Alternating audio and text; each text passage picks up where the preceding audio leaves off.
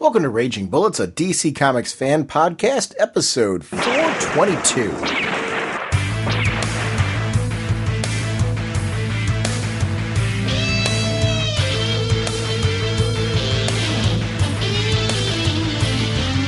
Welcome to Raging Bullets. I'm Sean Whalen, drnorge, and I'm joined as always by my co-host Jim, blowing minds one listener at a time. So says the sensei of the whatnot, Segulent, and the Duke of You Know. How's it going, eh? On this episode, we are going to be discussing the weekly books of Batman Eternal, the New 52 Futures End, and we're also going to be discussing Secret Six issue number 2. Besides that, we have some great listener voicemails, which is where the comments in the beginning came from. It was really cool. We actually appreciate the phone call voicemails. They're a lot of fun for the show. We are proud members of the Comics Podcast Network, the League of Comic Book Podcasts, the InfiniteComics.com podcast partnership. Sponsoring this episode is DCBService.com and InStockTrades.com. Over at DCBService.com, you can pick up Convergence Nightwing Oracle #1, written by Gail Simone, starring the heroes from the pre-Flashpoint DC universe. Just as they've finally been reunited, the romance between Dick Grayson and Barbara Gordon is sentenced to execution by Flashpoint, Hawkman, and Hawkwoman. This is like a dream for me. Gail Simone writing an issue with Hawkman and Hawkwoman in it. I'm going to be so cool to see where that's going to go. You had something you wanted to share from DCB Service that you saw in the pre-order that was cool. Oh, yeah. Don't miss your chance to own your very own Gotham City Police badge, as seen on the hit TV series Gotham. Chrome-plated metal badge is molded from the actual show prop and comes attached to its very own leather belt strap. Regular price, $29.95. DCBS price, $20.37. That's 32% discount. Very cool. And remember, they are a digital partner. If you have a Comixology account or My Digital Comics account, you're going to want to link those to your DCB Service account. 5% of those purchases go towards your DCB Service order. So you definitely want to add that. Over at InStockTrades.com, I keep mentioning they do these deals of the week. And I urge you to go every week and take a look at what they're doing. They have the Secret Six trade paperback volume 1, Villains United, 50% off, only $9.99. The DC New Frontier Deluxe Edition hardcover, 50% off, only $24.99. Damian, Son of the Batman trade paperback, 50% off, only $8.49. Really cool stuff there. Tons of things available. Batman Blink trade paperback, 50% off, only $7.49. That's InStockTrades.com. $50 or more gives you free shipping. James, what kind of a podcast are we? Raging Bullets is a spoiler podcast. We go in-depth into plotlines, story twists, and whatnot of the comics we're discussing on today's show. So, if you haven't read the books, you may want to come back later so you can better enjoy the show. Green Lantern, let you and I destroy that space junk. Jim, our first discussion is going to be on Batman Eternal number 46. Scott Snyder and James Tynion IV on the story, Tim Seeley script, Ray Fawkes and Kyle Higgins consulting writers, Alessandro Vitti, Christian Dulce, D-U-C-E, Ronan Cliquette, Romulo Fajaro Jr., Matt Melia, Steve Wands on colors, Steve Wands on letters, Jay Lee and June Chung on cover, Dave Wheelgauze, Associate Editor, Chris Conroy, Editor, Mark Doyle, Group Editor, and Batman created by Bob Kane. And apologies for what was just a plethora of name butchery there, because this team really did a great job on this issue. I was really excited. Right from the cover, I am a Jay Lee fanatic. I'm really loving the work that he's doing for DC. And this Ra's al Ghul cover just blew me away. I mean, just really fantastic. Yeah, it definitely looks kind of cool there. I fire hot and cold sometimes with him, but this is definitely firing hot. I really liked how just, it kind of fits, just the mystique that is Ra's al Ghul. Yeah, I never fire cold on him, and it's fantastic. It is funny. Art is a very subjective thing. And for me, when I see his artwork on something, it just really, especially at a DC work, it just blows my mind. I'm looking at right now the Batman black and white statue that he did that was based on his work on Batman Superman. And it's gorgeous. It's really fantastic work. I love how this issue opens up, because we had that cliffhanger the last issue where we started to think that maybe Ra's al Ghul is the big bad behind all of this. The thing that's been great about Eternal has been the mystery. And I think this is really a type of mystery that you can only deliver over, this is 46 issues into this series. Because it's one big story, we're getting a lot of depth to this. The mystery's building over time. There is this sense of drama that's unfolding. I really am enjoying this delivery because it's different. I don't want all my stories this way, and you and I always talk about this with weekly books, but I really feel that they've delivered very heavy on this story. Yeah, especially when you think Batman, he's got to be... the best Batman stories are the mystery stories, are the detective stuff, and you're trying to figure out, and along the ways, you're like, oh, it's got to be no, it's not. Oh, it's got to be no, it's not. And there's going to be a swerve in this as to who the big bad is, who the final, because every time we think we know who it is, they change it up on us. And even just me guessing, I've got every other week or so, I keep throwing out different guesses, and I don't know who it is. And I think that's part of my real enjoyment of Eternal, is that I don't know the final end bad guy, who is the main big bad. But it's been laying some really cool stories and also increasing the mythos in the Bat family. Because we didn't get any of the other supporting really, but you think about just how the Bat family has grown throughout this issue, with Bluebird and of course, with a couple other additions, with Bluebird and Spoiler being added into the whole Bat family and the whole mythos. And Alfred's daughter. Yeah. Who I really like. I wasn't sure I was going to... here was my trepidation at first. I was afraid that she was going to be Alfred's replacement versus becoming a part of the team. I like it much better now that she's a part of the team. That was a big... I don't know if you felt the same way. That was, for me, a big worry because I adore Alfred. Yeah, I was wondering where they were going to go with it. Alfred, he's one of those ones that I'm protective of as well, just like you are. And I did not want to lose Alfred, but the addition of Penny 2 is definitely really cool. And the fact that she's, as every issue goes on, she gets more and more accepting of the role and of what her father did. And she's understanding, okay, he wasn't, there for every step and everything she ever did. And she's kind of understanding why now. It's not that he was busy taking care of some spoiled rich kid.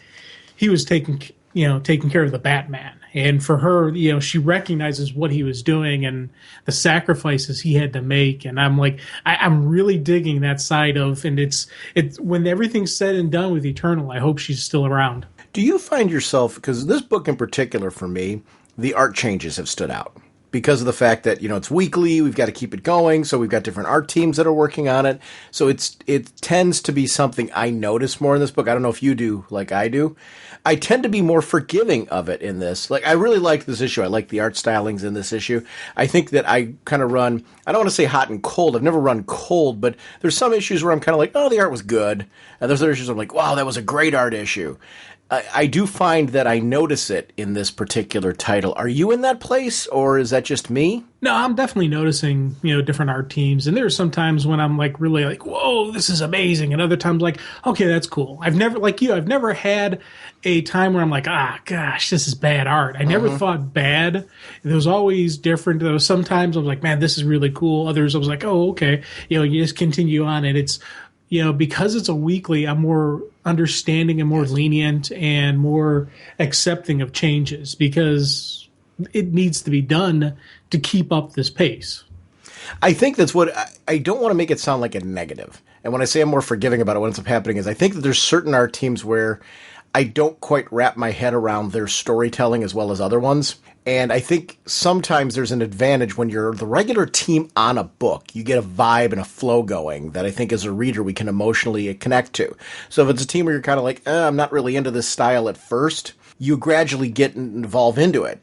This title, because of its nature and the fact that you've got changing art teams that are trying to keep this going on a weekly basis, there's certain art teams where I felt like I haven't gotten their flow. It's not a negative on the book because I adore this. I'm glad they keep it weekly, and I think that priority is important. But I do notice the art differences in this book more than either of the other two weekly books that are currently going on. Like, I don't notice that as much in Earth 2, World's End. I don't notice it that much in the New 52 Future's End. And it's just a distinction about this title. I don't know why it's there, but I adore the book. It's a great book.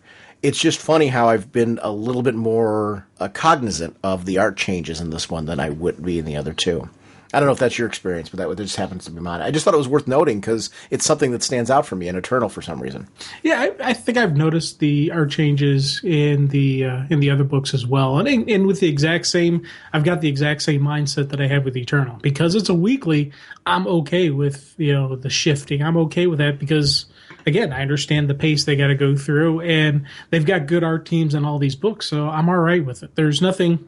And when I say I'm noticing changing, I don't think any of the one week to another week is a glaring, oh my God, it's dramatically different. Mm-hmm.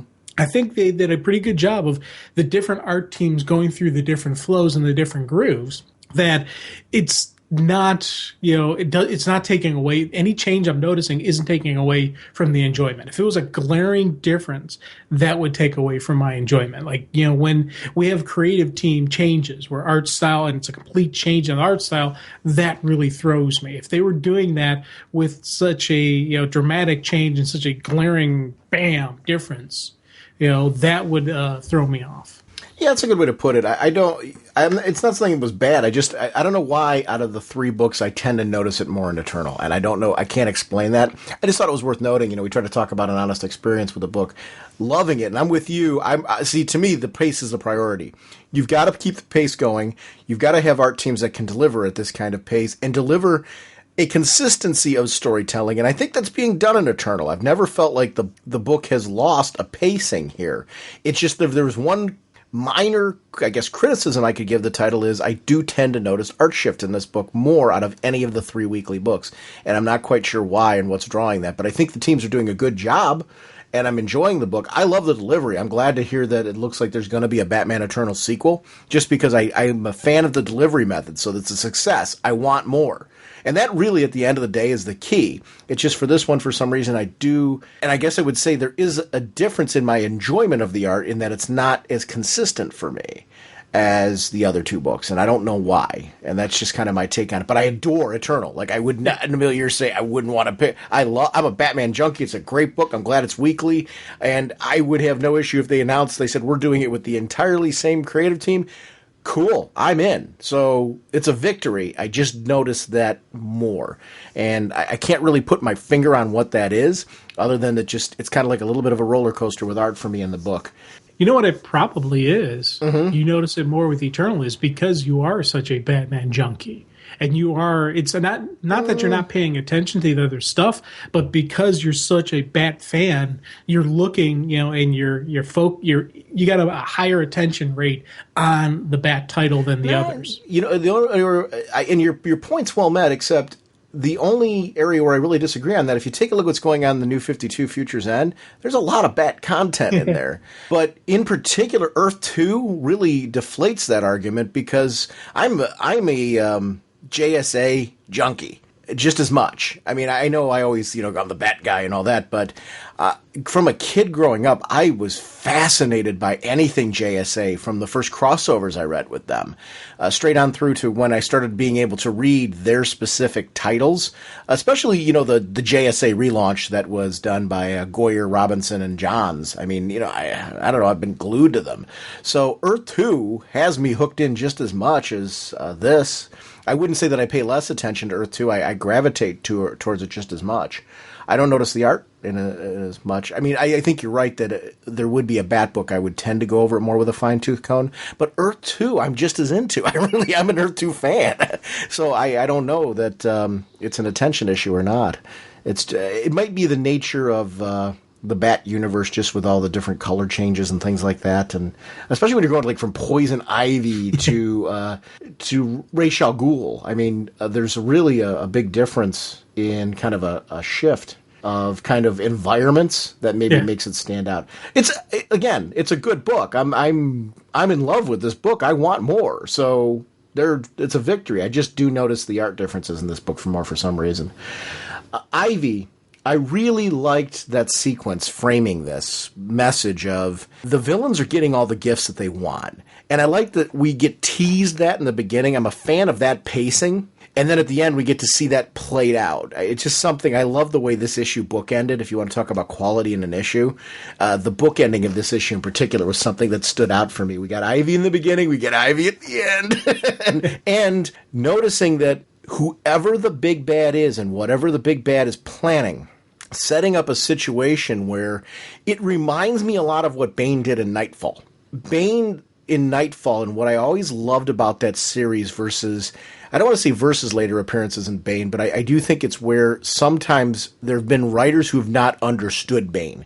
And I think we're getting a little bit more of a consistent understanding of what makes Bane great. If you just do Bane as this big, strong brute who's on Venom, you're missing the point.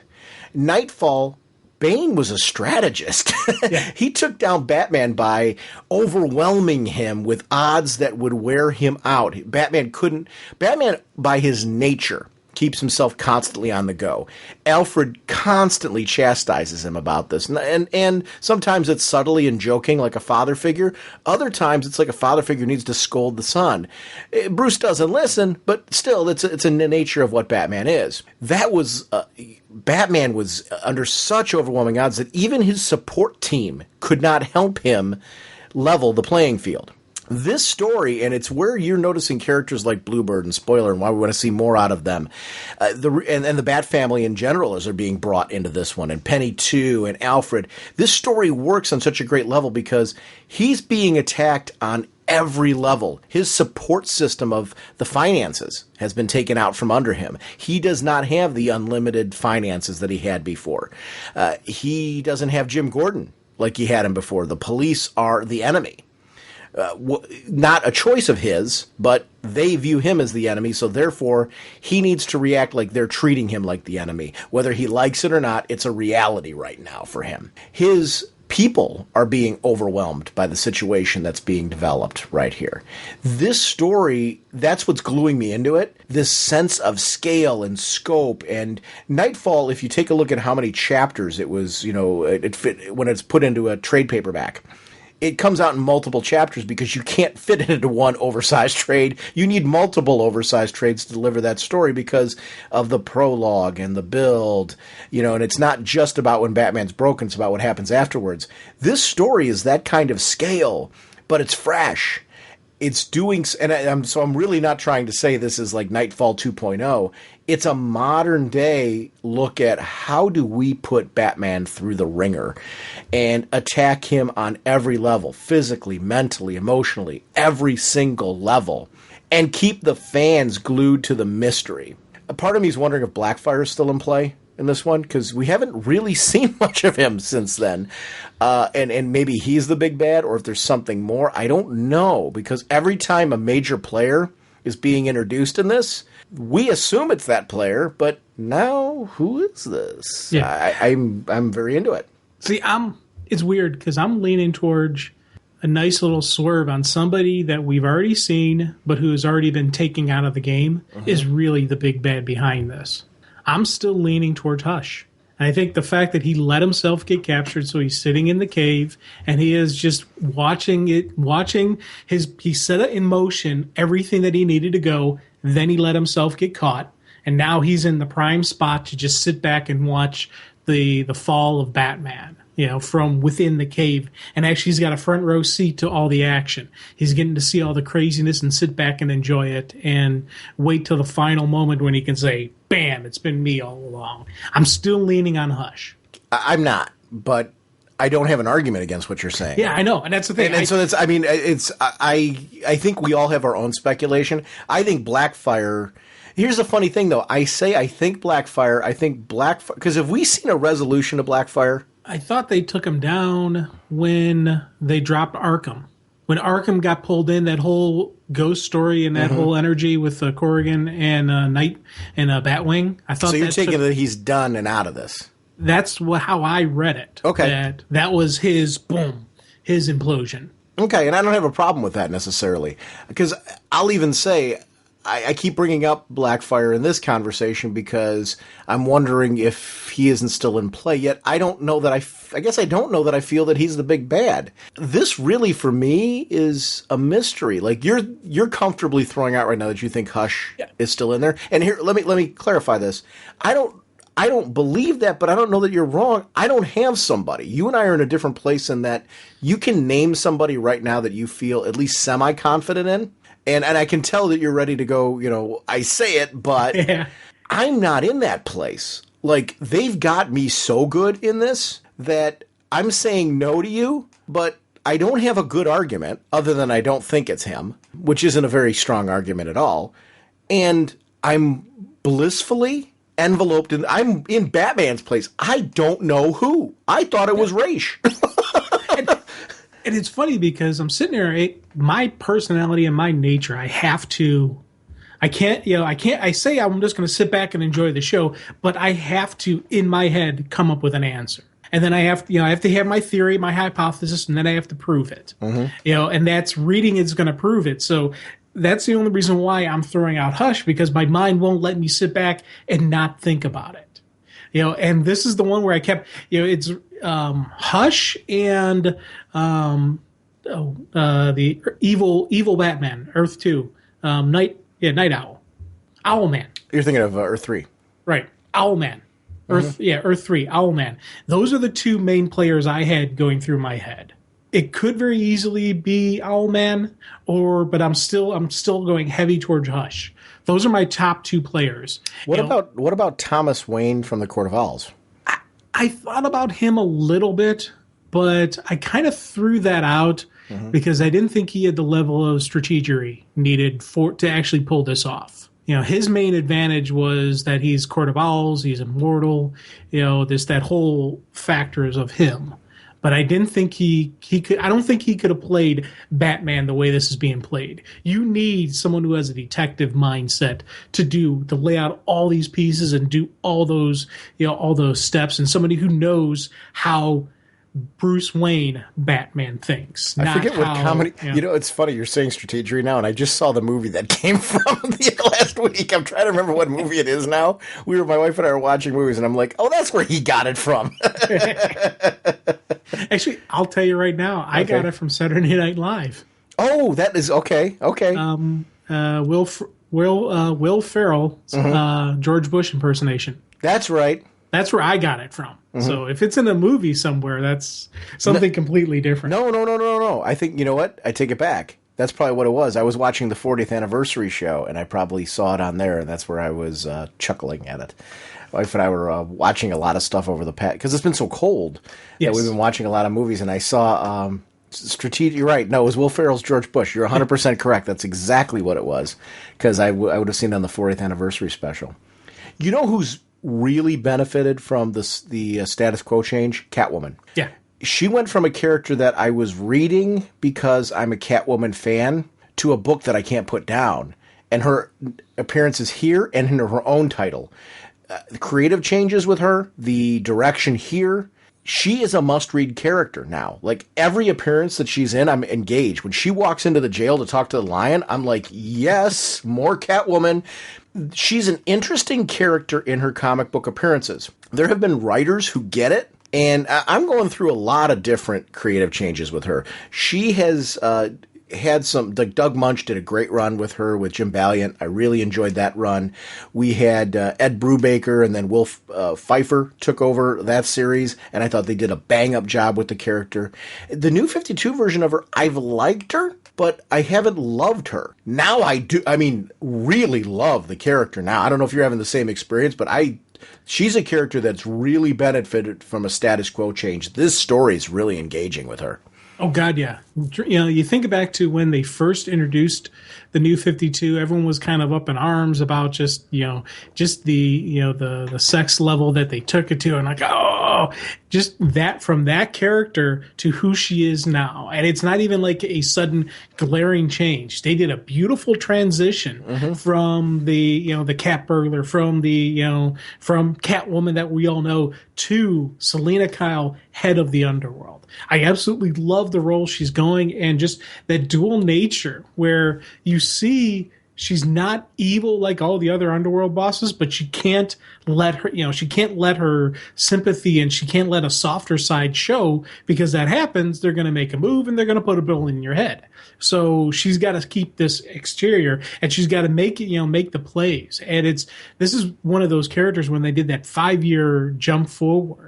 where we saw exactly how she played everybody and where she ends up 5 years from now. You see these groundworks just being laid to lead to that end game. I'm like, man, that's kind of cool. Yeah, I really adore it. And I didn't have problems with the direction they went with her as far as that whole sexuality thing with her. I didn't really have a problem with that. I just, for whatever it was, the stories weren't pulling me in. They weren't as gripping as this. This is really gripping storytelling with her. And she's really benefited from this change. So I don't know who's responsible for this thought process, but ooh, they did a really, really good job. I would be fine if eventually we get her back in the Catwoman costume after this. What I want is this to have an effect on what she'd be like in the Catwoman costume after this, because this is fantastic. I think it's totally her. It's everything that I've always loved about Catwoman. I love that she's smart, but she's also coming at things from a very different angle and using different resources than Batman ever would.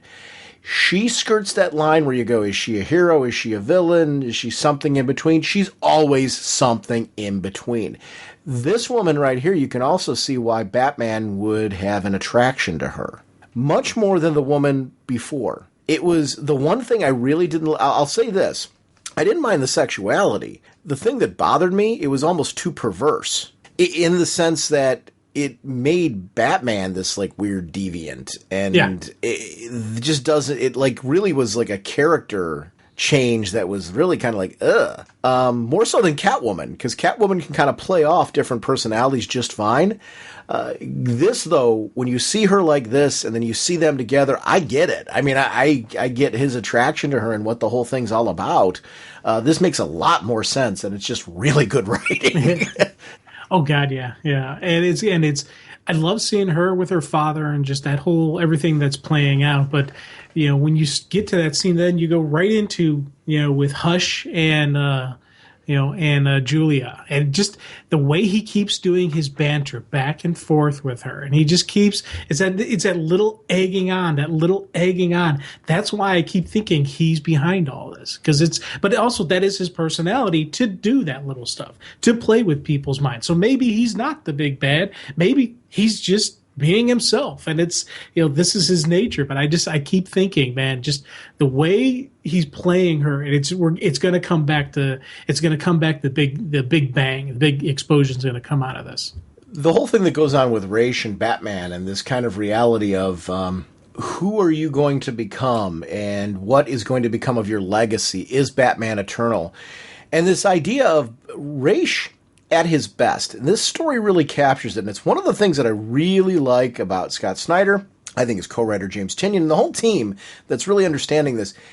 Ra's al Ghul at his best there's an honor to him. I think Arrow handled him brilliantly. There is something about him, you don't agree with him. He should feel like something outer worldly. I don't know, I want to be careful with that.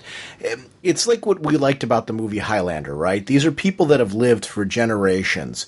Because of that, there's a disconnect. And that's where I'm going with outer worldly, not outer space. I'm going more of, you're not of this world. Vandal Savage, I think, when he's played right, has this quality to him. It's this idea that they've lived so long that you can't relate to them on the same level you could a normal person because of that history.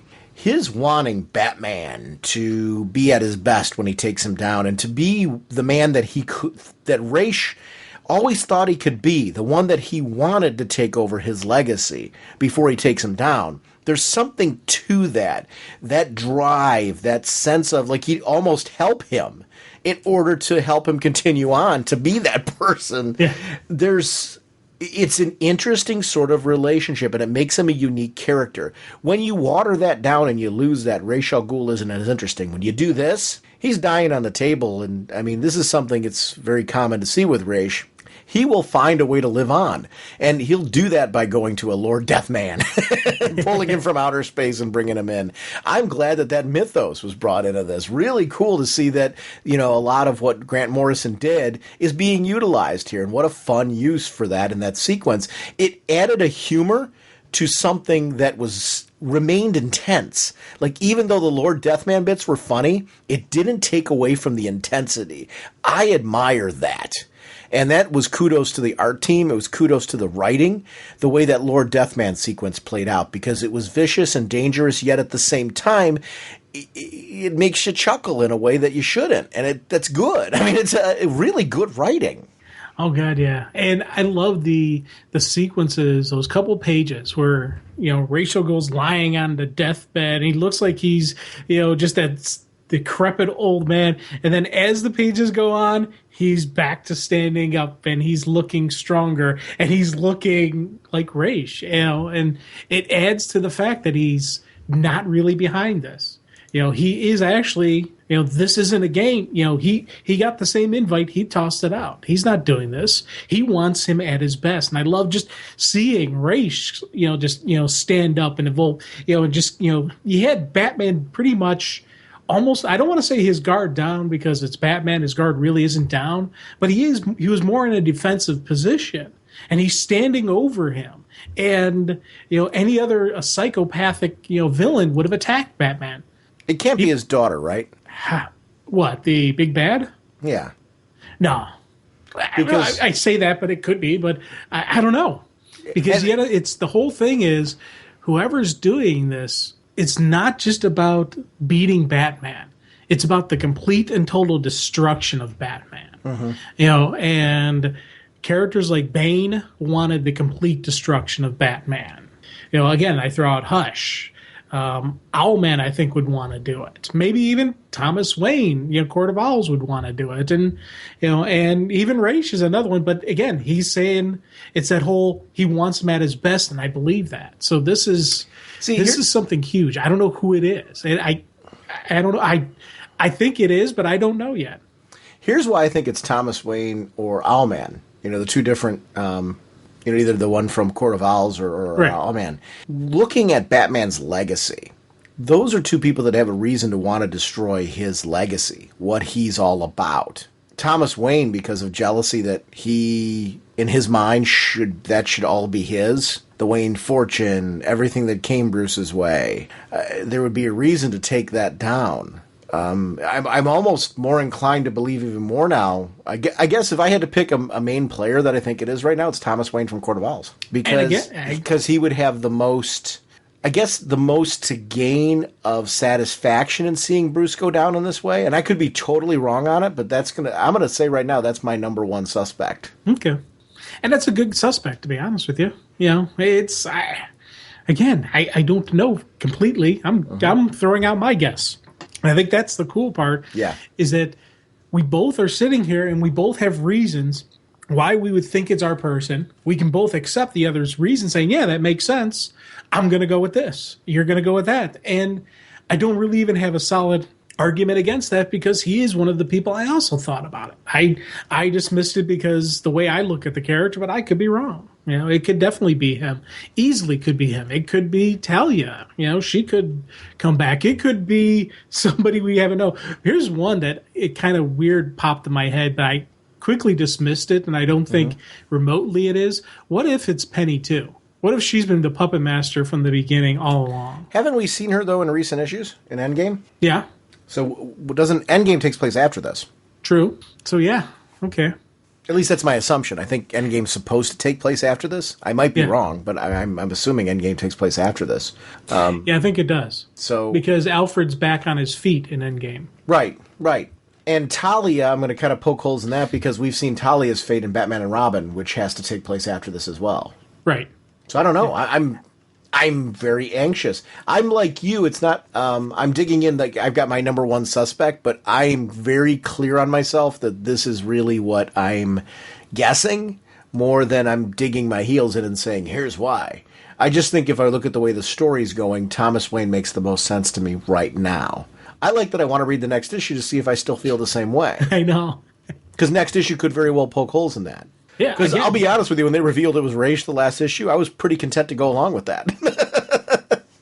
It was funny because when because I was thinking Hush when they said Raish. I'm like, I don't know, and I'm like, he could do it, and then again I started thinking just what if Raish selected a new heir to the League of Assassins, and he went with Hush. What if Ra's, so then I'm thinking, what if, there's a tag team between these two that we don't know about? And all these different thoughts ran through my head when Ra's was introduced to the mix, because he was somebody that from the beginning I was thinking it could be him, because again, you need to have somebody who has a level of intelligence that could, put, the great detective, on his, kick him off his game and, be worthy, of, actually coming up with this stuff. Yeah, I would agree.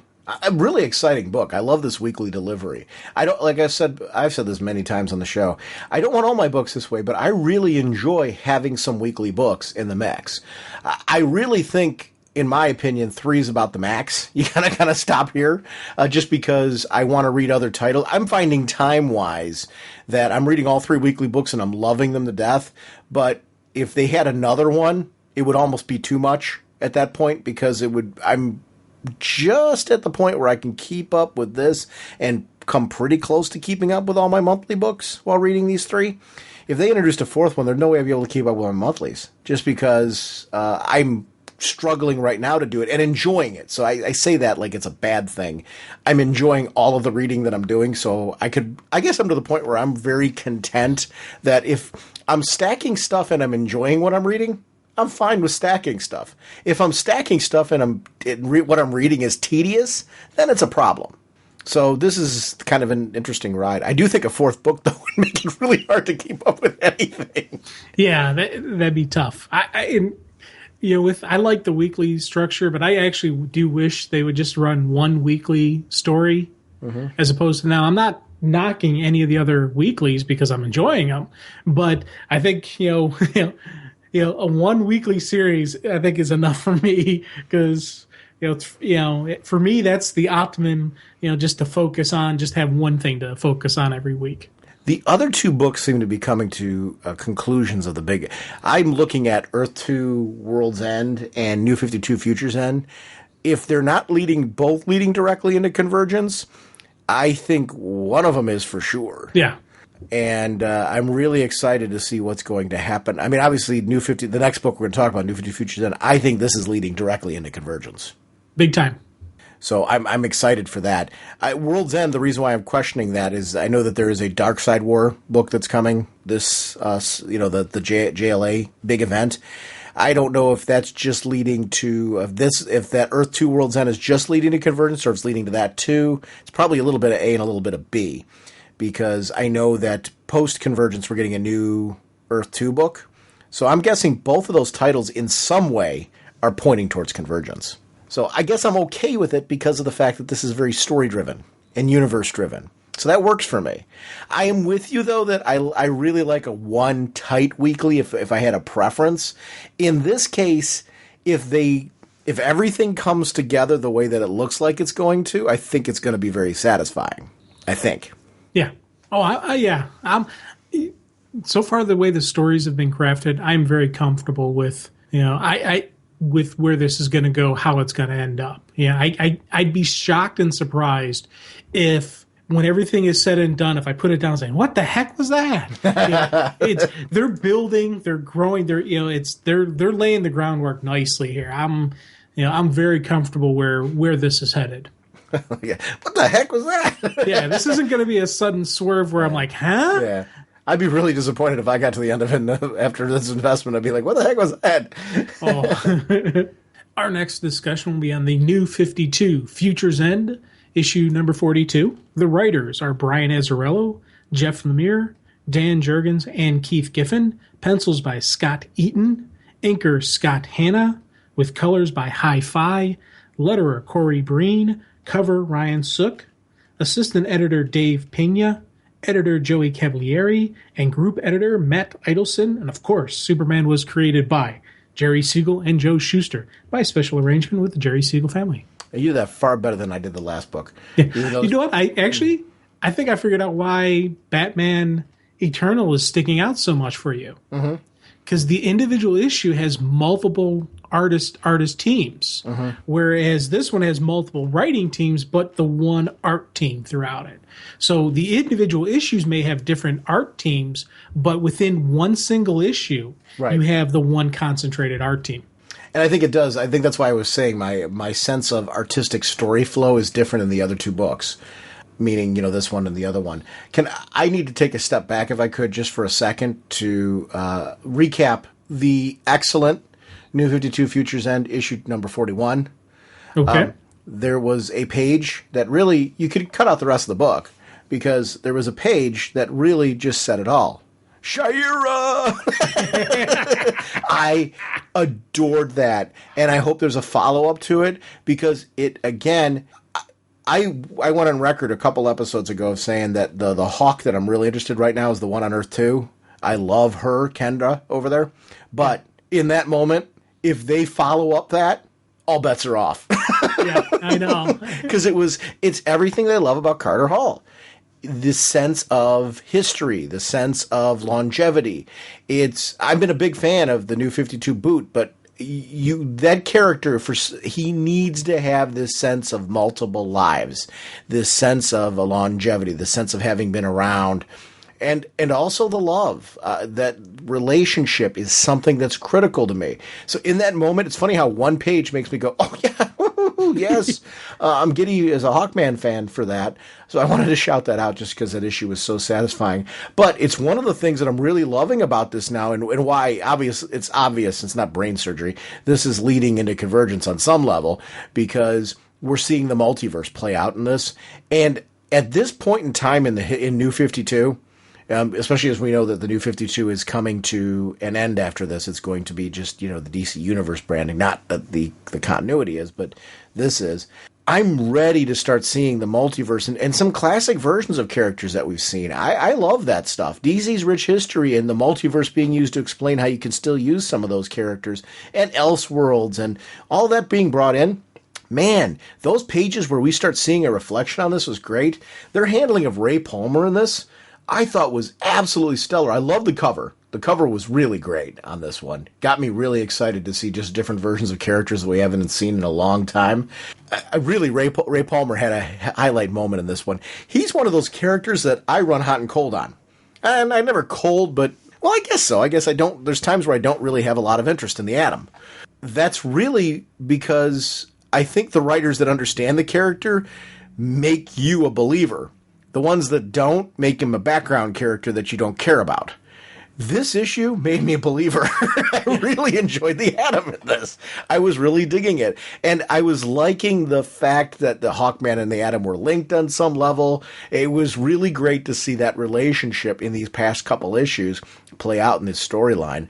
It made me smile, and I really enjoyed doing that. I really hope somebody out of all of this can do something with these two characters, and they wind up somewhere in one of the books having more of a prominent role, being used the way they are here. It's great to see Ray in the costume. Yeah, and it's funny because when Ryan Choi was always my Atom, because that was really the only Atom I knew. So as these issues have been going on, and every time they introduce this Ray, introduce Ray as the Atom, there's some cool stuff that happens with it. And I don't know. I do toy around with the fact that I did like Ryan. I did like how he played the role, but you're getting some real cool, true hero moments from Ray Palmer here, and you can't help but cheer for the guy because it's. The last minute shrinks down to subatomic size so he doesn't get fried.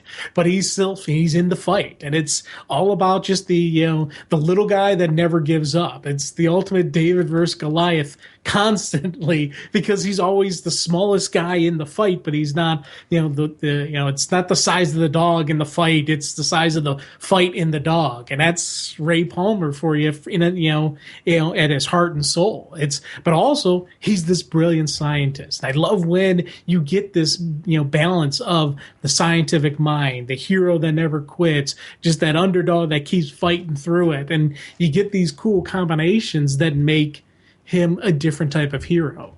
than anyone else. And it's, I'm very happy with where this is going and what kind of story they're telling with him. And I especially like the fact that he started off a little bit on the crazy, not so heroic side, and he's really stepped up his game, and he's really, fleshed out that, hey, the Atom is somebody cool. He's taking down the big bad from within. And I thought that's, he said that multiple times when from inside he takes him out. And it's a neat usage of the power.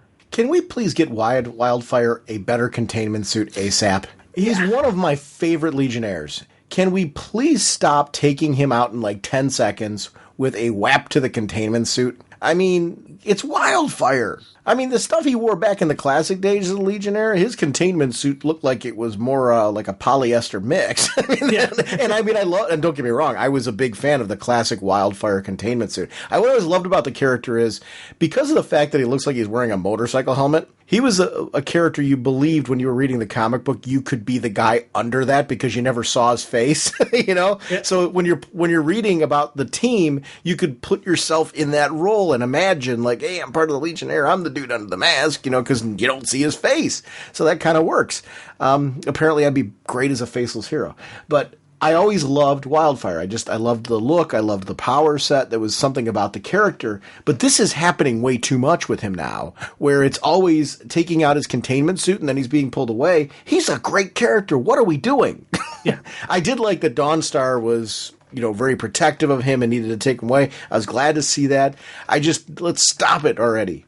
He needs to definitely some body armor. Yeah. He should have the containment suit, and then outside it, have an additional body armor that can take a couple blasts and that can take some damage. That way, he's contained and everything's going good. But first you got to get through the exterior hull to actually get to the main containment suit. That's what he needs, or the Brainiac force field. Brainiac 5 has that super powered force field. Why doesn't he lend or make another copy of it for Wildfire? Add to help out his teammate there. Or can't we let his powers somehow handle some of that? I mean, he's an energy being, right? Can't we use that power set to do some of that? I'm not saying you can't make the containment suit a weakness. It's just he seems to bump into a cabinet and all of a sudden we've got to take him somewhere and get him patched up. I mean, it's like, come on. I mean, it's he's become the accident-prone Legionnaire, and it's not how I like him. And it's a minor annoyance in this one, but I would have liked to seen him shine more because I love the character. Really great. I was glad to see Cyborg, though. That whole sequence was great. Get him back to the satellite. I've got this. Him taking on that leadership role. This is a Justice League member. That's who John Stewart. And honestly, that faux pas was actually kind of reflective of what I like about what's happening with Cyborg. We're seeing Cyborg step up and be, what I love about John Stewart is his crafty veteran. He feels like a crafty veteran. Cyborg is starting to feel like a crafty veteran. This is a character who has a rich history. I know that they're not doing the Teen Titans thing in this version of it, but I'm glad that he's getting his own title. I'm glad we're going to see this character fleshed out the way that John Stewart's been. We need more characters like this, where they're guys who you expected to be in that second tier previously, but now they're stepping up into the A tier.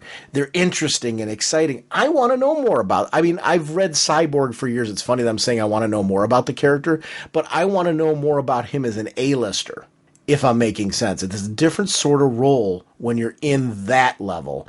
And he's graduated to that, and I want to believe it. And this sequence, man, great use of art. It is funny how my head went to John Stewart in this one, because John Stewart is kind of our Green Lantern strategist. In this one, it was Cyborg. He was taking on the leadership role. We've seen this in the core with John Stewart. I love it. I love seeing Cyborg in this role. You got to love it because you're a big Cyborg fan. Vic Stone's great. Yeah. As you're talking, I'm just nodding and grinning because this was just an outstanding. It's the evolution and the age and the growth, and just that, you think back to how Cyborg currently is. He's not, weak by any stretch of the means, but he does take a back seat to the other heroes. He does have, and it's part of the youth thing, but it's now, this is 5 years later. He is the leader of this. He is the go-to guy on everything for this. He's been the front runner for the Justice League, keeping them together and keeping things going. And it's, you see him step up. You see him say, hey, I got this. This is we got to take this down. And it's that, dare I say, he's not a reluctant leader. He's stepping up. He is throwing the gauntlet. But I was just really excited on how well they're using him and how strong he seems. And I want them to continue on. That's when they announced the solo title for him. I'm like, man, there's some cool potential, that they can have with this guy and that they can, take it going forward. And granted, it's not going to take place after this, I don't think, or whatnot. I'm not exactly sure when everything's going to take place yet, but we're seeing these glimpses of this really strong character. So I'm like, we're going to continue seeing those glimpses. We're going to continue getting a strong person out of that. It's going to take I'm place. Excited, Jim. It's going to take place after before this. Yeah, exactly. It's crystal clear. Yeah, clear as mud. Speaking of another character from the Justice League who's in the same category, Billy Batson. It's great that these two are buddies on the Justice League, running buddies, because I really like that relationship. But Billy kind of, when you see him with Superman there's times where we've seen Billy recently and he's more comic relief because, they're playing off the fact that he's the newbie to the table and doesn't quite, they're playing off the little kid role. This is a Billy 5 years later who is now another crafty veteran. Very similar to how Vic's stepping up. We're seeing Billy step up, and we're seeing a sense of progression here. I'm kind of with it's funny, as I'm looking at Billy and then looking back at Vic, I don't know if this is going to take, the solo series for Vic's going to take place before or after this, but boy, I would like to see this progression. I would like to see the same thing with Billy after this. I don't know how this is going to work out or where it's going to go after all this. Really love where they go with Billy Batson in this. I really like, when he went back, tell me you weren't excited to see him back in the Shazam costume. You know what? I loved those pages, because especially when you're alive. Wow. This is awkward. He goes, don't worry about it, Billy. I appreciate the sentiment. I love the fact that Clark recognizes, hey, don't worry about it, guy. It's cool. And he has to make sure Billy is comfortable with it, because partially that is Superman. But as soon as he's like, wait a minute, now that you're back, Shazam! Bam! I cheered. I absolutely cheered. And Shazam isn't, like a huge hero that I'm always like, yeah, Shazam. I've never really been that, diehard, hardcore Shazam fan or Billy fan or Captain Marvel or whatever name you want to give the character. Mm-hmm. But there was just something about this moment that was just so cool that he's like, hey, I no longer have to wear the outfit. I no longer need to be this representative to keep the notion of Superman alive. The real guy's back. Let me go back to who I am. And I love just the fact that he acknowledges that and these two fly off and battle together. I was like, dang, that's a cool sequence. The greatest thing about that in there, it takes me back to my days as a kid when I absolutely adored watching the TV show. And we saw Billy and Mentor driving around in a Winnebago. And this felt very current. It felt very today. It's starting to work for me.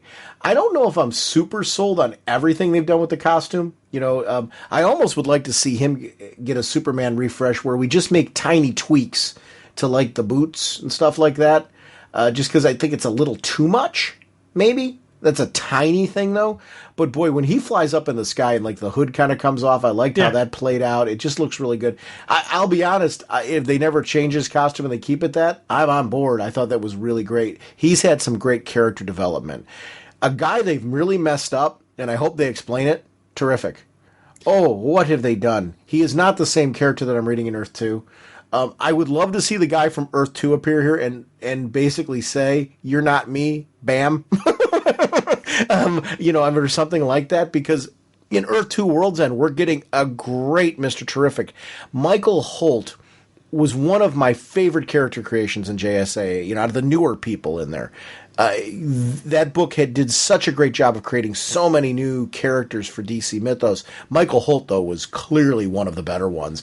He's a character who he's a B-lister that should be an A-lister. Just don't quite know how to get consistent with him.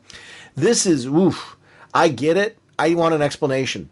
I'm actually convinced that isn't Mr. Terrific. That there was a topsy-turvy switchy that happened somewhere along the ways. That's not actually Mr. Terrific, I think. Because initially I was thinking, okay, he's playing the role, he's doing the rope-a-dope, and he's playing the role to throw Brother Eye off. And I was thinking, okay, he's playing this, he's playing the fool to sucker Brother Eye in. And the whole time he's been doing something Mr. Terrific-ish that is like you're like, oh God, I didn't see that coming, to save the day. That was where I was originally hanging my hat. I'm now thinking this isn't him for some reason. I don't know who it is or how it's going to play out, but I don't think that's Mr. Terrific. I hope you're right, because it's very hard. I love this book, Future's End, but it's very hard to read Michael Holt in this one, Mr. Terrific in this one, and to read him in Earth 2 World's End.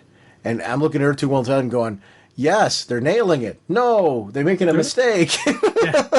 I think there's a different, we'll see at the end of World's End, and something's going to happen to that Mr. Terrific, and that's going to be who this person is. Okay. That's my guess. Okay. Because I love the character. I really do. Yeah, I'm complete sentiment with you. I think he's absolutely wonderful. And it's another one of those intellectual superheroes that, he doesn't just, he does have a level of physical fitness, and he does have some neat toys and some neat, gadgetry that he can depend on, but it's not that. The main part of his strength is the fact that he is intelligent, is the fact that he, is, and it's not even just book smarts, it's that, the strategy, it's the planning, it's just the you don't see it coming kind of, it's the cool stuff that makes Batman so cool. It's that, you didn't see it coming until the last minute. Oh, wow, why did I see that before? Those are the cool stuff that make Mr. Terrific cool. So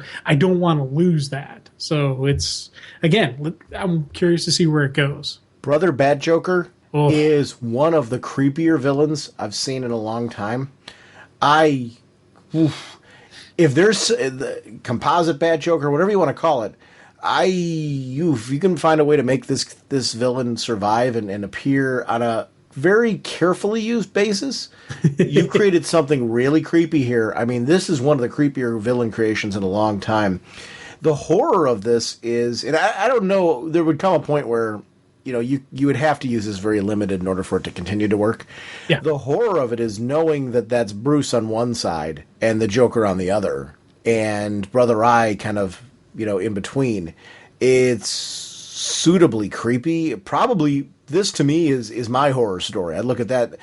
I've always looked at losing control of yourself, having your mental faculties taken over, all those types of things.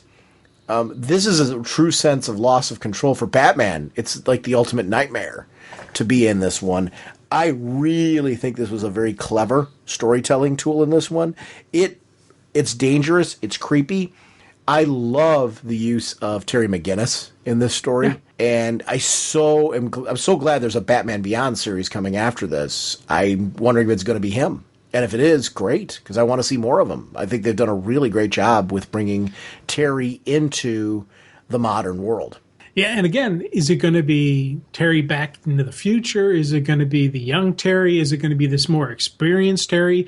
Because I really like the older, more experienced Terry over the young, Batman Beyond, where he's just getting the groove of being the hero. This is the experienced veteran who had plan A, didn't work, so he's then improvising to plan B, and we're now on to probably like plan E, F, or G, trying to figure out where everything's going. And it's a lot of bob and weave and scramble. And just the fact that, I love the fact that Alfred recognized that he was being used as a tracker to, for to come back through, but now that's no longer a matter. He's back online. And it was just that really cool sequence where Alfred had to shut himself down, and now he's back online. And I like seeing this banter between, Terry and Alfred. It's kind of interesting, and kind of, again, it's a neat combo. The whole bit with the Atom and his travel, I know we've already talked a little bit about it, but I love the overwhelming sense of overwhelming information, high speed. Look at everything that's contained within here, seeing the different versions of the heroes, the original fight between our classic heroes and Starro, and the Flash of Two Worlds, and the old Donna Troy. The old Shazam, Captain Marvel, and those crew. Just really great to see all that stuff. I can't wait to see what happens after all this. Just to see where this all goes. Yeah. Oh God, yeah. And you see the bat flying in, window, and just, I was sitting there, I was looking at the different stuff, with the different origins they're showing and the different heroes and the couple different lanterns there going on, and it's, again, it was funny because that sequence where he's going through and that final panel, man, it's really ripping him apart. And again, it's that, he is just an everyday guy, and it's, taking him to the brink of point, and he's like, gonna pass out, not gonna make it, and Manhattan is gonna die because I failed. And just, I was like, man, come on, Ray, come on, hang in there, buddy, hang in, man. And I'm cheering for him. Kingdom Come, DC 1 million, it was great to see those back. Looks like Hitman, I think I see in one of the panels. Just great to see all those things. I am really sad we're losing Swamp Thing as a series. I just saw Swamp Thing in one of the panels. And I'm really sad we're losing that as a series, because I've really, really been enjoying Swamp Thing. Yeah, I know. And I don't know if he's going to continue on in one of the Magic books or not.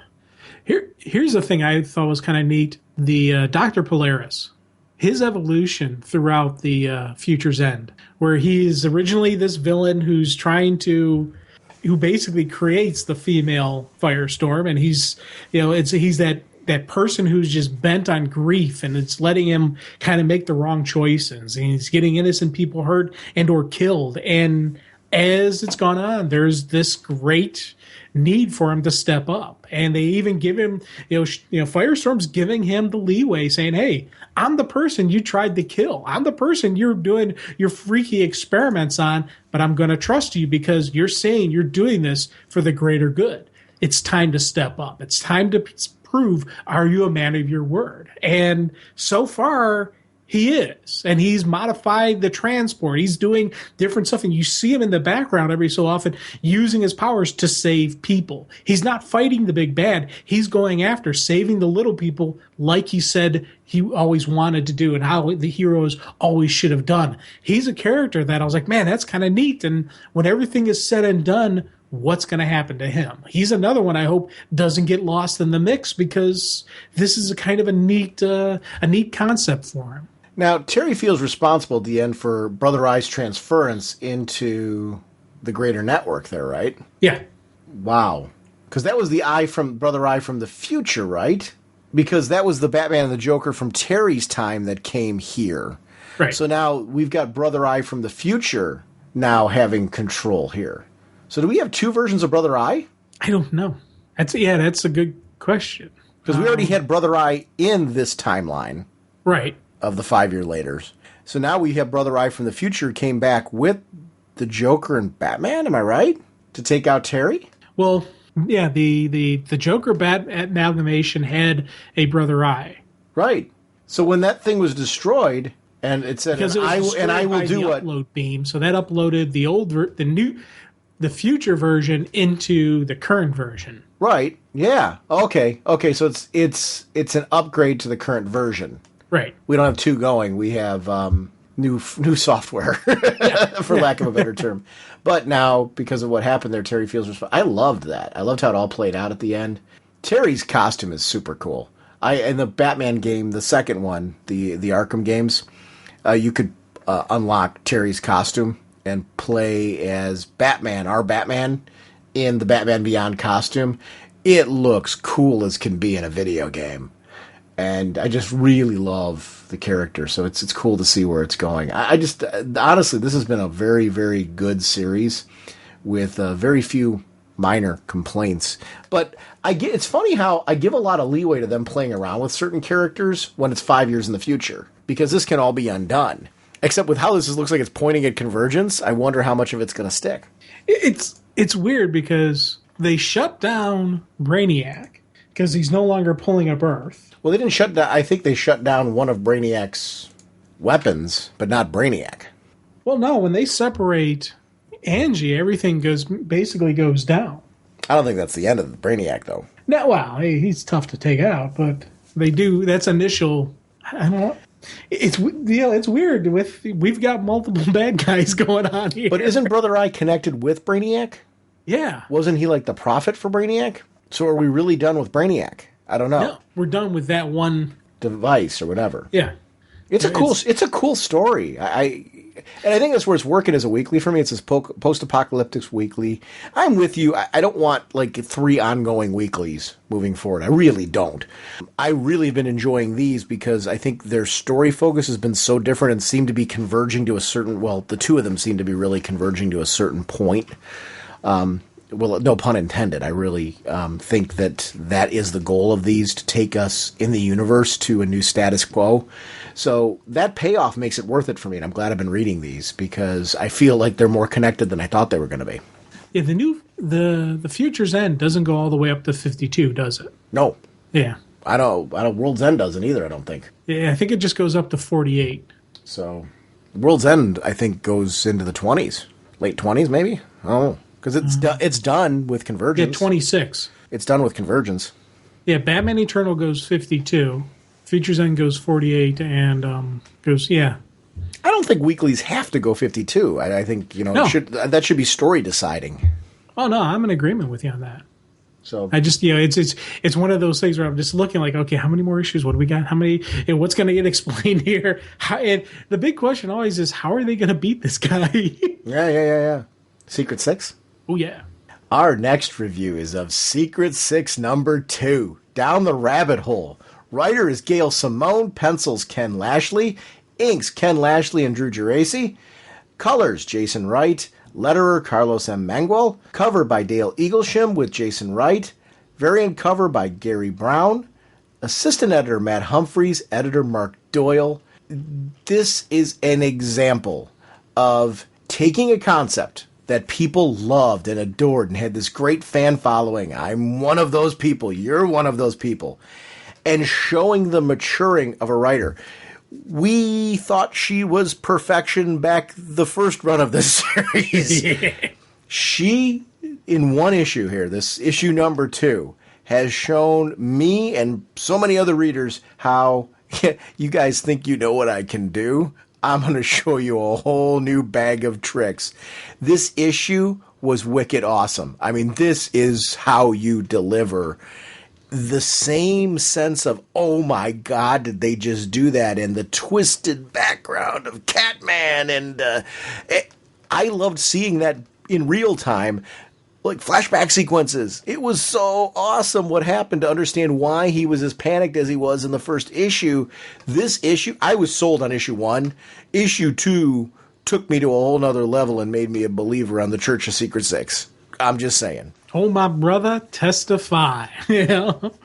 Oh my God. I was giddy and excited and just, again, it's so hard to, say how much you enjoyed just seeing the complete and total torture of a human being. This is a complete breakdown of who he is. And you think back to the way Catman was before. He was this joke of a hero, joke of a villain who went on a walkabout and who became super cool. And you saw just that change that, that became Catman, in the previous. Well, now we've got a different origin, but it's still that same level of coolness, that same level of just that, just that awesomeness that is Catman. And I'm like, I love the fact that, and just like with you, how you said, I love the fact they explained why he was freaking out. Why it wasn't just, oh, look, he's like a cat. No, he was tortured this way. He was thrown in a little box, saturated. Yes, he would freak out by this. And I thought that for me was just an absolute wonderful moment. I will let you out in precisely 1 year. When he bit the fingers, that whole sequence of events, I loved the way that played out. Talk about a great delivery of dialogue, matching art, matching lettering. To me, it was okay, now you can just stay in your room, little mister, and think about what you've done. Don't worry, I will let you out. But the pause is the dramatic part. In precisely 1 year. What a great story there. I just really loved it. Project Mockingbird, I want to know more about what it is. I want to know more about the big bad. I want to see where this is going. Really teasing us into this twisted world. This is something that no book can replicate right now. Nobody's touching this. Art's fantastic. I love the colors. Jason Wright is really hitting a home run on this one. This is a book where I notice colors. And I'm finding that my education understanding of colors has grown. I'm not an expert by any stretch with art or colors. I'm been very lucky in the time that we've done this podcast. We've had some great guests on that have really done a good job of eye-opening with this kind of thing, because I'm not an artist. So I don't have that background, but I know what I like, and I like this. It's just really, really good. The shift in time frames, why being trapped in the box with the water would be so upsetting to him, I thought was just really, really brilliant in how this all played out. I'm really glad to see this. I love this group. This is a very bizarre, twisted group. The nice part about the pacing in these two issues are we've gotten to know them gradually. Even though they're characters that are familiar, they're characters in the New 52 we're getting to know gradually throughout this story. Really like it. I'm glad she brought her ventriloquist over. Yeah. And, you know what, I'm so glad you mentioned the color, choices and just the colorist and what he's doing, because we constantly gush about the writing and we constantly gush about, the creation of the team, but the usage of that pop of color really just, it bams it. It's, the color is the mood and the motion. It's the music to the comic book. And just that sequence again, where you talked about where he bites the fingers and it's just, kind of a little soft leading up to a crunch. And then the heavy pop of the orange, heavy pop of those colors really just accentuated, especially because you look at it's a non-traditional panel layout. So they got the smaller, then the wider, then back to the, and it's kind of a little bit of overlapping and crisscrossing. And it was a great usage of just making the statement pop and, and just boom on you. And then it goes back down to the subtles when he's locked in the cage and he's, precisely 1 year. Now things are, it's your bluish tints, your darker, your shadowy, because they're inside this box. They're inside this saturated box. And it was something that really, it spoke to me. Yeah. It's going to be a lot of gushing. So, seriously, put on some galoshes. Oh, yeah. This is I'm thinking back to Leaving Megalopolis, which she did with Jim Calafiore and also with Jason Wright. And it is funny how Jason Wright is one of those people that I associate with the previous Secret Six and what I enjoyed about it. It always had great art. We had changing art teams. We went from Nicola Scott to Jim Calafiore, and I just loved the previous book so much. So glad to see Jason Wright on board for this one, because he just understands tone and mood, and there's just such a great piece to this, and that's something that I'm really finding I don't acknowledge enough in my comics, the great work of colorists, when there's a clear relationship between the colorist and the penciler and the writer. It's happening here. And the inks. I mean, this whole team, got to just give a ton of credit for what they're delivering here, because it's super exciting stuff. And I love every character. I love that they just feel like misfits together, and this is something that I'm loving. New Suicide Squad, don't get me wrong, it can't touch this. It really cannot touch this. Secret Six is wicked. This needs to be a movie. I mean, this needs to be a television series. This is scary. Hey, come on. Hammer put it best, man. You can't touch this. Yeah. Wow. What is the secret? That's something I've been asking myself right from the beginning. There's some connection, and it's got to be the creepy little man that captured him in the beginning has affected all of them. Mm-hmm. And that's the commonality between them. Again, that's kind of a neat way they did this, because you think about it, any other title, you would imagine they'd work through it and try to figure out what the secret is. No, these guys kind of shifted a little bit. You're like, oh, you think you got us trapped? You think you have us contained? Think again, buddy. And I love that they turned it on the guy, that they took what would have been you figure the story's going to go this way. No, let's shift it. Let's, veer it off to the, off course a little bit. Let's throw him on his ear and, kind of catch him off guard. That was, again, that's some fabulous writing, but it also so fits these characters. It so fits what they're capable of and how they're going to look at a problem. The sequence where he's ready to rip the jailer's throat out, Oh, the way that played out. Go ahead. Kill me. No one knows you're here. No food, no water. You will die in the dark gasping. Do it. You know you want to. Even taunting and teasing. The sense of power there. The mental torment that he's putting Thomas Blake through there, showing, for Thomas Blake to let go there, he gave up a part of himself in that moment. That was the whole point. And then the sprinklers turning on, just showing us, flipping to the forward side of it, why he can't be wet, he can't be in the box, I got to get out. Woo. Really love the power in those sequences. This was a great use of shifting time frames and showing us a little history. I want to see this with all the characters. I gradually want to get to know all of them the way that we're getting to know Thomas Blake. I'm glad he's the focus right now because as a classic Secret Six fan, who am I most interested in right now? Thomas Blake. Yeah. So really, really good use. I want to see this with everybody, though. I want to know all of their backstories eventually. And we know Gail Simone will deliver that. I want to see it. Yeah, and I wonder how much they're going to go with Strix, because she has, it's been throughout the universe what her backstory is and everything like that. But the ventriloquist you can kind of hold off on too. But some of the other characters in there you clearly can go a little bit more into. Big guy. Oh, yeah. I want to know who he is and what he's about. And he is funny because he was somebody that I was kind of figuring, okay, he's got a bullseye in his chest. He ain't making it. When they were talking about having to kill somebody, he was the first one I was popping in my head.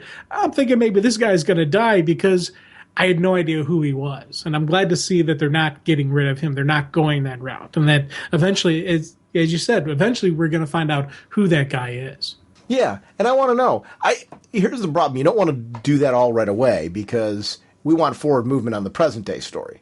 So it's a good move, the way that they're doing this. Thomas is the one you want to see because it actually fits the current story.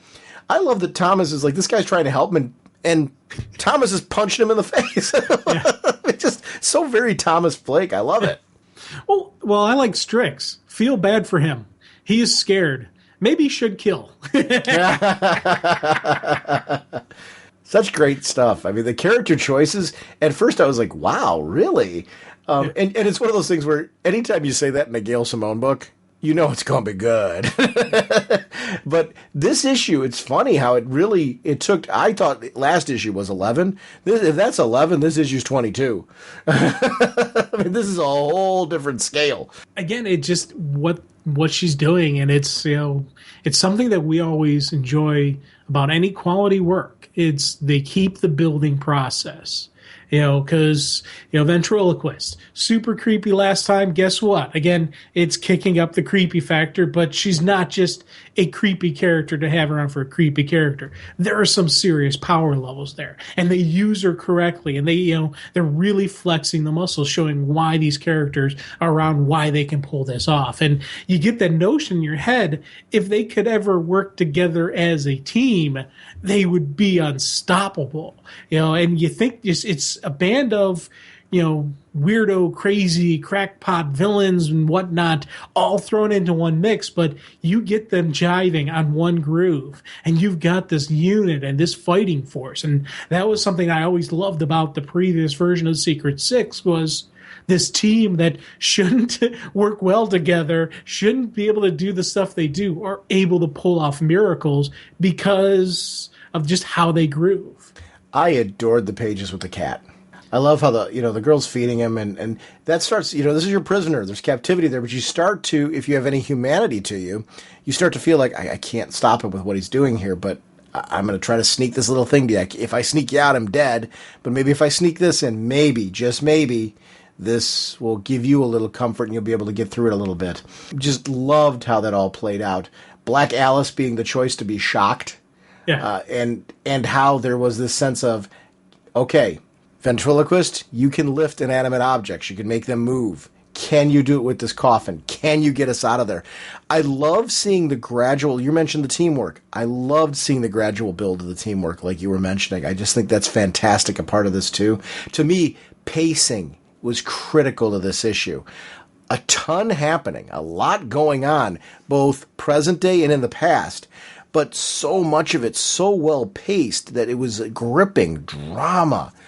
Oof. This is one of the best comic books I've read all year. And I'm not talking about 215. I'm talking about in the last 365 days. This is exactly what I want from my comics. I read this one and then immediately read it again and then immediately read it a third time.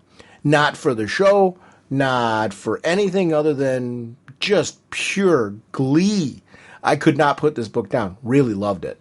I tell you, the action sequence, I absolutely loved how they were going through. They're just taking out these bad guys. Well, it's bad guys taking out bad guys. Let's be honest, because these are killers taking out killers. But again, it was just those silent moments of Strix and Catman just fighting side by side, just destroying everybody. And then we get Alice invoking the demon power, and it's not just gone form of man; it's gone form of maid. And it's just changing it around. It's not Etrigan. She's modifying again to personalize it for her. She's pulling a different demon. She's pulling a different power. And again, it's Black Alice is just this great, awesome power structure that, again, I want to see. I want to see this team fight. I want to see this team jive. I want to see them hunt down this guy. There's so much stuff that is just like, man, I want more. I want more. Give me more. You can't forget the sequences before that, though, where we've got Catman first leaping out, and you see the two girls, Porcelain and Ventriloquist, both looking at this thing going, he's kind of old guy, isn't he? Mm-hmm. We're to be married, and even just the whole thing with Freddy. No furballed little big boy is going to break up our act, girly. Better just know that. I just loved the banter. She has such a great way in a story of delivering this intense, dark action while giving you the right moments of humor and laughter and characters that are just plain nutty, yet you never lose believability that these are dangerous people. There's not a single member of that 6 or 7, 6.5, that you don't feel is truly dangerous. Big Guy and Black Alice, the relationship there that's developing, kind of the father figure daughter relationship in there, I thought was just a home run as well. For me, one of the classic thing on a Gail Simone story, especially a Secret Six story, is when you get these monologues and you get these, and it's not a villain rant, it's a villain statement of fact. You think back to the other, generation, just 30 seconds, you guardians of slave. When Scan went through that whole thing, we're just saying, hey, you've got time to call a loved one or time to pray, not both. And just that she laid down the gauntlet. The end of this issue with Thomas laying down the gauntlet, because the bad guy's like, hey, you got to kill one of you or I'm going to kill you all. Is like, you made a mistake here, whoever you are. You should have found some nicer people to screw with. We're not the good guys. We're not the justice dorks. So here's my counteroffer. Come find us. You have the resources, obviously. We're done hiding. Come find us. Try to take us out if you think you can. But if you can't, then we'll burn you down and piss on your ashes. Choose wisely. I love that sequence. I was hurrahing. The whole sense of friends in low places, this idea that we're going to get to know more gradually about the backgrounds of these characters, who they know, who they've been associated with, things like that. I can't wait to see where this goes. I mean, it was perfection in an issue. For me, hands down, best issue I've read in the last year of any book. There's nothing that touches it for me. This was really exactly everything I want from a comic book. It's absolutely perfect pacing. The art team was really in tune with what was going on with the dialogue. You know what I loved about it? It didn't feel like a rehash. No. It was like, you think you know. What is the secret? The secret is that you don't know the Secret Six like you think you do. And that really is what the home run was for this for me. So fresh, this book. And it's very rare that you get something out of the starting gate that makes you feel this good. This is everything I wanted from this. Ooh, right now, this is my, you know how I always talk about it, the top 5 flips around? Issue 1 of this was my number 1. Issue 2 of this, there's got to be something beyond number 1. I don't know what it is, but this is like, woof, this book's cementing itself. I hope it's doing really well. It's funny how I'm only going to mention that there was a little bit of a lag between the 2 issues just because I was noticing it up until I got the issue. Now I could care less. Thinking, if this is the way they need to release it, as long as it's this good, they can release it quarterly for all I care. Just as long as when I get it, I forget everything that came before because I'm blown away. My jaw drops, my head spins, whatever happened when I read this issue. It was that good. I want it more, obviously, though. I prefer it weekly. Now, it's with the art team and all that stuff. I thought I read issue 3 was going to have Dale Eaglesham doing the pencils. I thought I read that too. I thought there is an art team shift. With Dale Eaglesham's been doing the covers, and he did the character designs. Right. So and he's a good artist, so I'm not worried at all about that. I was just wondering if because we're going to get a shift in that way, because his art style is different than what we're currently getting. So I'm going to be kind of curious to see what the next issue looks like, what the where it goes from there. I'm going to answer you right now. It's Dale Eaglesham. It's going to look spectacular. I mean, he's a fantastic artist. It's a home run. I'm assuming that might be in response to the delay. I don't know. I could be wrong there. I don't care. Because of who it is. It's funny how you attach that name to the book in the interiors. I'm like, oh, fine, let's go. Let's do more. Oh yeah, hey, we're both we're both preaching to the choir here. I'm in the same boat with Eaglesham, and it's so yeah, it's one of those things where because I don't always. I'm getting better at noticing artists, and I am looking into certain names that I do recognize, and I am starting to gravitate more towards art, and then not just writing. But Secret Six is one of those titles where I do look at the art. Secrets, it's and there's a couple people that if I see their name attached to it, I'm really excited for. Nicholas Scott, when she was on it, I was like, yay! I'm looking forward to seeing what Eaglesham's done, because. Has he worked on 6 before? Mm-hmm. Yeah. Okay. And JSA was for me where I got to really know his artwork. Yeah. And he's brilliant. I mean, it's going to be great. So I'm happy. Yay, more please. Yeah. Yeah. So I'm this is definitely one of those I'm very excited for. So, I'm curious to see, are we going to have to wait? I'm assuming we wait until after Convergence, and then it'll come back, right? I don't know. If they want to do a Convergence issue of it, I'm fine with that. Anything they want to do more than that, if they want to do, because I don't remember seeing a Convergence issue. No. I'm just trying to say that I wish that. Oh, by the way, if you want to preview the art, just look at the cover. Yeah. You're going to put the cover on the inside. I'm fine with that. That's what we're good. Because it's the same ink, the same colorist, and the same penciler on the interiors that's on the cover. So I'm good. I'm golden. We're good. Yay. More 6, please. We are Crystal Men from Mercury. We have no quarrel with you. This is Jack from Redlands, and okay, you guys were talking about Jeff Johns leaving Superman, and how that could be kind of a good thing with the new writer, but how much you enjoyed John's work on Superman, and I most definitely agree with you. I'm a little nervous about the new writing team, but I've been real happy with Superman, so I'm sure they'll probably put something cool together. But the one that's got me, I don't know if I'm raging about this, if I'm psyched for this. Aquaman. Okay, here's the deal. Johns and I forgot Ivan Rice. Those guys did the first Aquaman stuff in the New 52, and it was amazing. They were then replaced by Jeff Parker and Paul Pelletier, and I was nervous, but as soon as I started reading it, I was totally on board, and I love Parker and Paul Pelletier. Now they're leaving after, I guess, Convergence to be replaced by Colin Bunn, and I don't know who the artist is. Colin Bunn currently does a fantastic job on Sinestro. So that gives me hope that the book will still be awesome. But I got to say, there are times when a group so fits a character that I really don't want to see them leave. And Jeff Lemire was that way with Green Arrow. And I love Jeff Johns that way on Green Lantern. Is there any team that you guys have? Here's my question. Is there any team on any book that you guys have that you would say, you know what?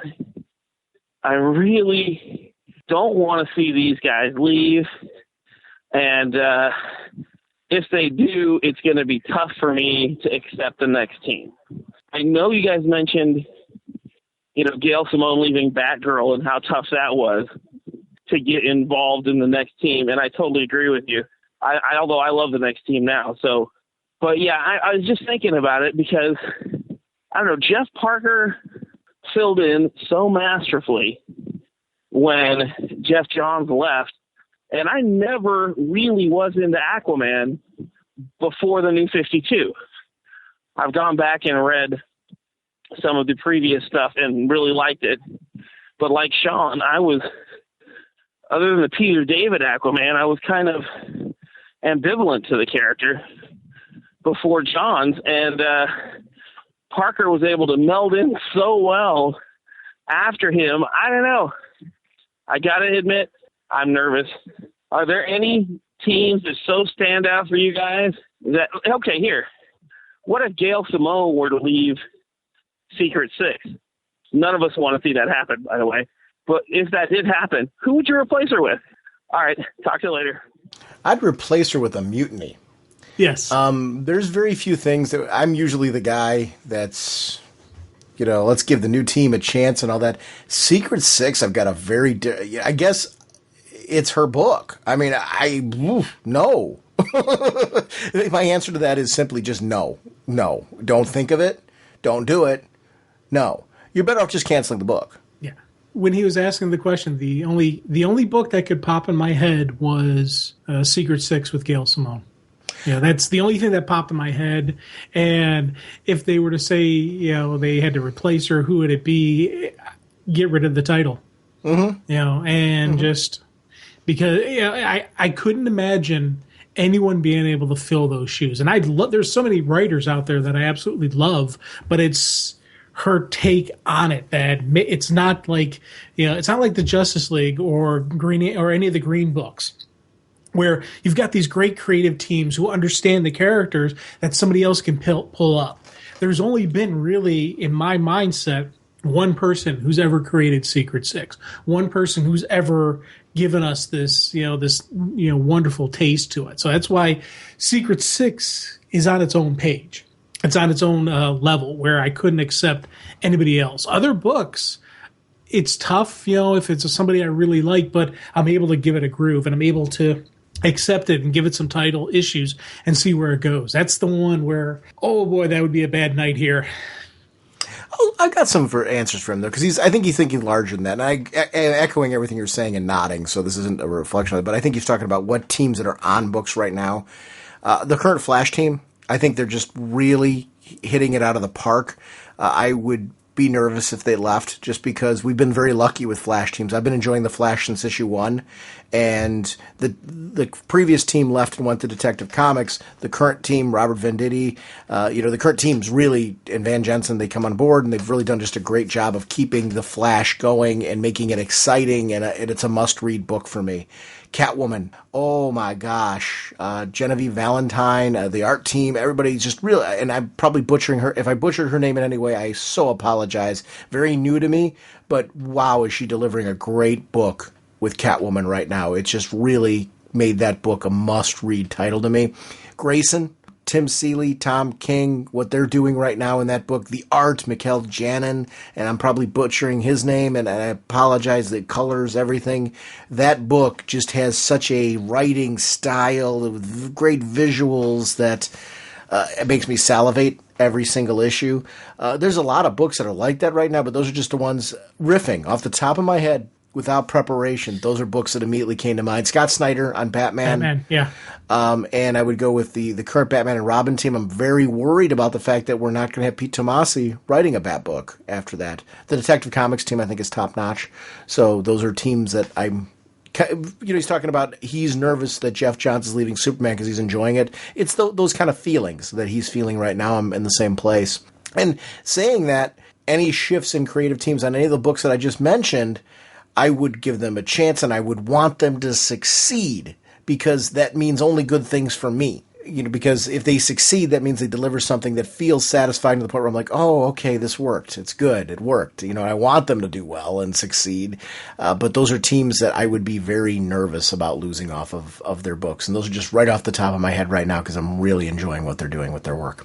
Is there anybody else that's hitting you? I'm just riffing. Those are teams that the Bat books that was a good call because that was something I was thinking of, and same thing with Grace. And I think the Earth One titles, if they were to change up creative on that between volume to volume, that would have me nervous because Earth One is such its own universe, it's its own thing. If they were to change it midstream, that there'd be a concern about hiccups there. Well, they did the art team in the volume 3 of Superman. Yeah. But same writer. Right. And I think with me, I'm a little bit more understanding on art changes as opposed to writing changes. I could see an art team change where there could a possibility of jarring, but I think if you keep that same writing, you can still get that same groove and that same vibe. Yeah, I always like the Earth One books. The Earth One books in particular, I like the consistency of the art. So it's a good question. I mean, I'm of the mindset, and I think that's what we were talking about with Jeff Johns leaving Superman.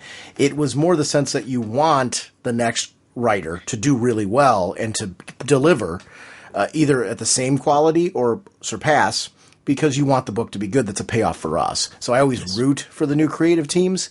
And I always root for, I guess with Jeff Johns, I'm in a little bit different place because Jeff Johns is going to land somewhere good and do it because he's locked in at DC with what he does. So we're going to see something great from him out of this.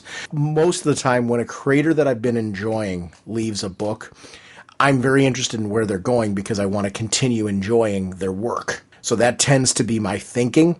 And then I want the next creative team, after I'm locked that creator is going somewhere that I can enjoy them, then I want the next team to be able to succeed. I guess it's a twofold step for process for me, and that's how it works. How's it going, Sean? How's it going, Jim? It's Brandon calling out New Orleans again. Just calling to say, well, first off, happy late Mardi Gras. Being from New Orleans, we just had the big Mardi Gras here, and man, I got to tell you, the weather's been beautiful. Awesome time to be a comic book fan and sit outside in the nice 60-degree breeze and read a good comic. But my topic today for you guys is, I just got finished up moving into my new house with my fiance, and I've reorganized a shed in the backyard, and this is now my man cave. My comic books have migrated here and everything. And since I moved everything, I kind of I went through my back issues, and I kind of started rereading a couple of things from the beginning of the New 52. With Convergence coming up, and we don't know exactly what's going to come out of that. I just kind of thought it would be cool to look back at the titles I was reading in the beginning of the New 52. Which one of them? Which one of them are still around? Which one of them am I still reading? And it's surprising at how different the landscape of the New 52 is today than it was when it first started. And the first thing I got to say is, man, I've just got finished rereading the first 10 issues of Aquaman. I had got off of Aquaman after Jeff Johns got off of it, so I'm not too sure to how it's been lately. I'm actually now, after reading this, wanting to jump back into it and see how it's been. I know I've heard great things about Aquaman and the others, but I got to tell you, out of all of the books in the New 52, and this is including that, I love Batman and the Court of the Owls. It was a great first story. But I forgot how much I missed the talent that was on Aquaman, the story that Jeff Johns brought to it, and the art that Ivan Rice, I'm not too sure how you're supposed to say it, name butchery, pardon me, but how beautiful the pages are. And, I'm rereading issue 9 right now, actually. And, it seemed to have been this way in every issue of Aquaman so far, from 1 to 9. the pictures of him remembering the past, a picture of him and his dad, or, you know, old army buddies, or anything involving the past. There was a style he used, and it was realistic yet cartoonish. It was, I don't know, it's beautiful. Can't even describe it. But, you know, it's funny though. You know, like I said, I jumped off of Aquaman. It's been probably a year and a half now, and I'm reading a whole bunch of other titles. Like right now, one of my top titles, I'd have to say, well, The Flash, of course. As soon as The Flash comes out, I'm reading it all the time. That one's definitely jumped up in quality in my mind. And I wasn't even reading The Flash in the beginning of the New 52. You know, the title I jumped on. Or like a title like Green Arrow, who's had various changes. I'm not too sure how I'm feeling about the run right now. It's not necessarily bad. It's just what came before was so great. I miss it. I miss Emiko. I'm glad to see in the last issue that she's coming back, because she was almost like, you know, our little Damien for Green Arrow. But yeah, anyway, so I'm sorry I'm ranting and raving over here. I've had a lot of free time since Mardi Gras, you know, passes by. We have a couple of days off, so I don't go to the ruckus with all the parades. So I've stayed inside and organized my shed and read my books, and, you know, just seeing how different things are nowadays to, you know, what it was when the New 52 first started out. So what about you guys? What did you like in the beginning? Have you noticed your opinions changed or your titles varied that you really like so far? Good talking to you guys. Keep up the good work. Have a good one. Okay, first off, for this, when people start talking about how it's 60-degree weather and they're sitting out reading their comics outdoors, don't tell that to people who have how many feet of snow out their window and it's under 0 degrees. First off, that's all I'm just going to say on that one. Get you a wambulance.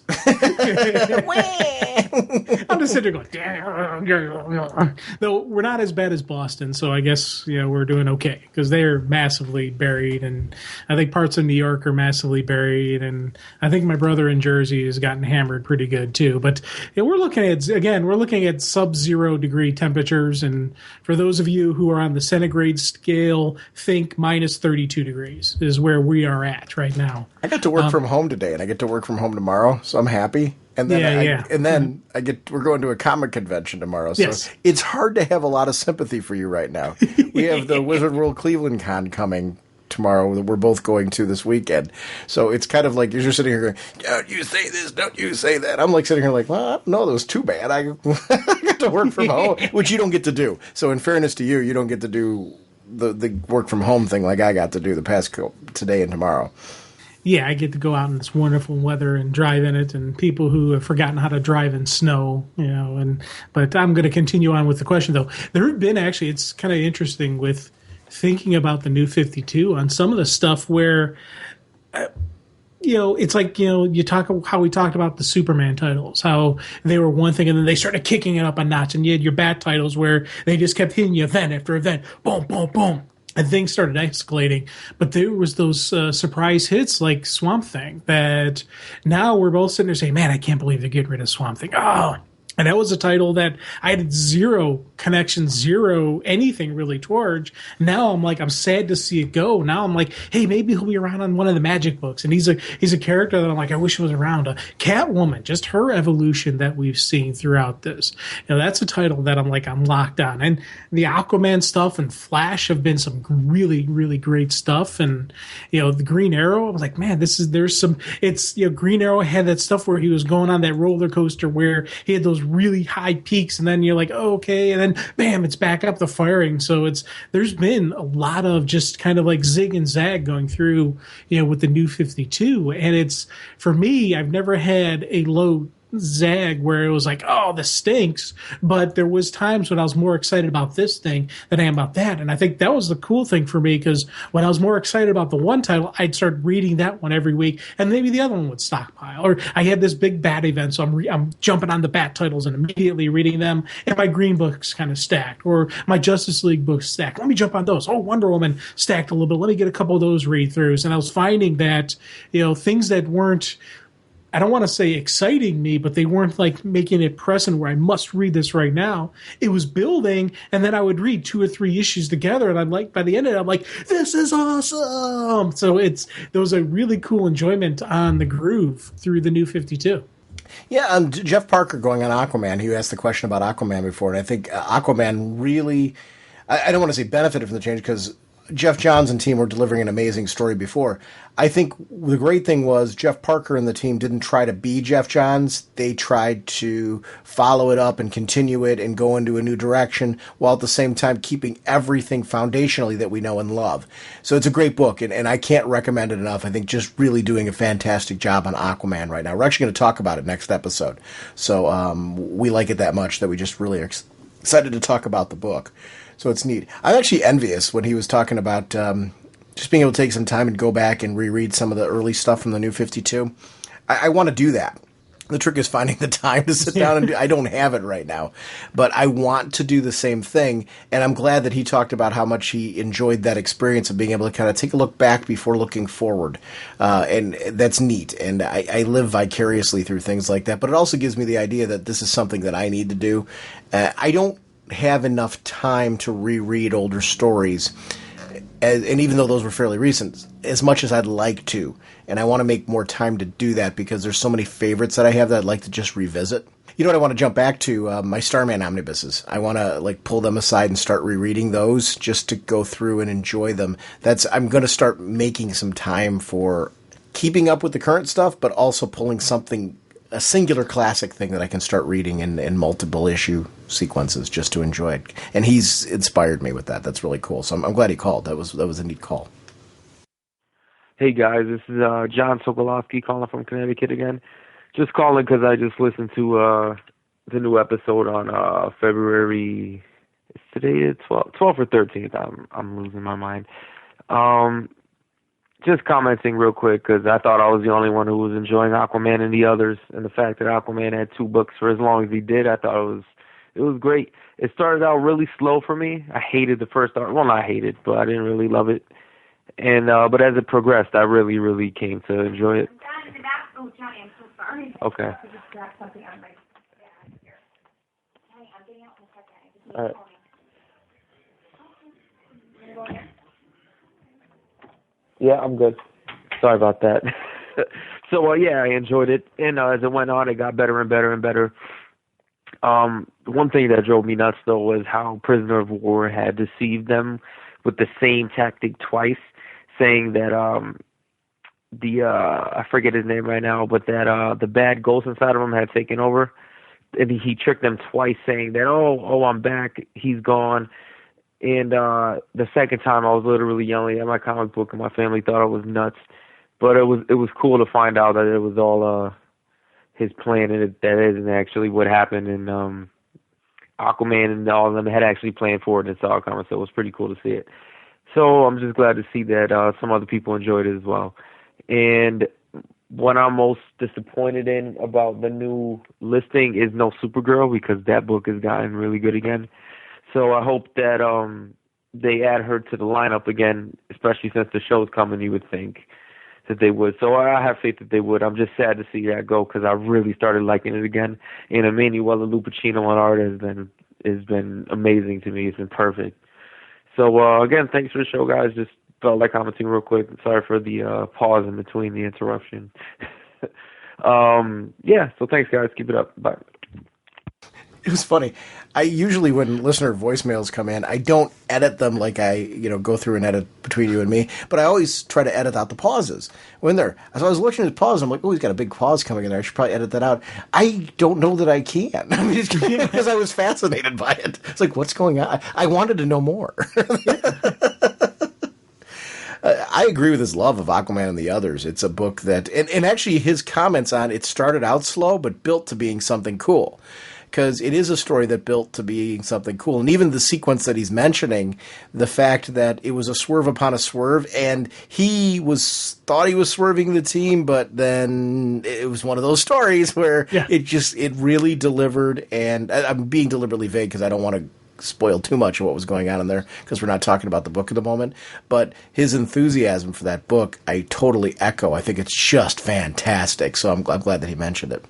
Hey guys, it's John Sokolowski again calling. I always seem to do this. I call while I'm listening to the podcast and hear something else that makes me want to call. So here I am again, calling because of Jim kind of blew my mind when he said that the possibility of Dick Grayson, Earth 2, being somehow surviving this whole thing and making it back to our Earth and becoming the Wildcat of our world, that just blew my mind.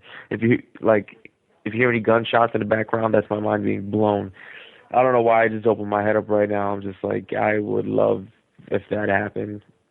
I don't know if other people would accept it, but I don't know. I just think that would be absolutely crazy and cool. Yeah, I just have to call and say that real quick. Jim, you blew my mind. Thanks. See you guys.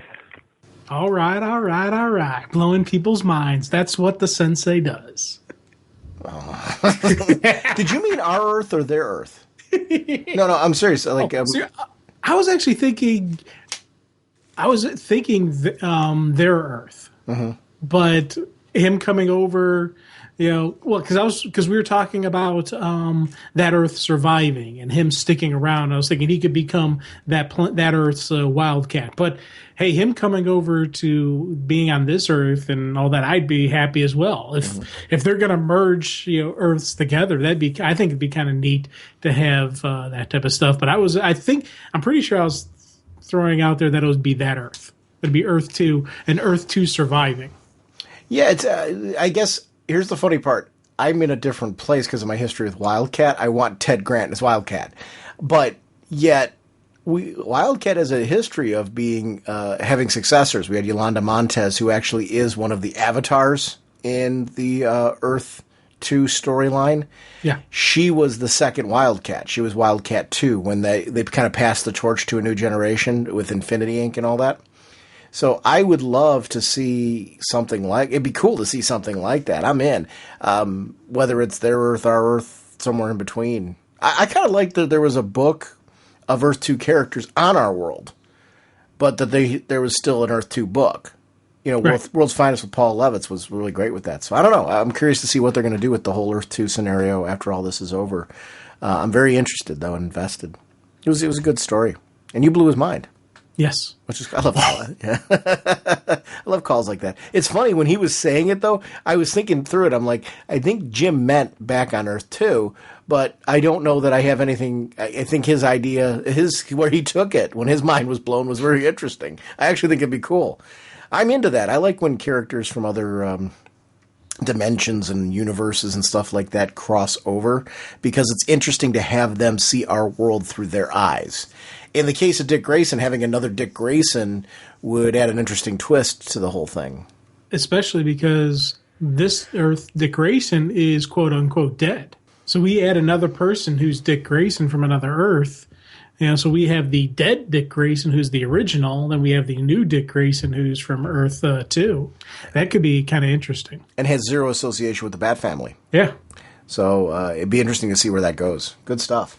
I want to remind everyone about our show voicemail line. It's 1-440-388-4434 or drnorge on Skype. We air all the voicemails, so when you guys call in, it's really important to us, and we value your comments and feedback and thoughts on anything that we've said on the show, comics that you're enjoying.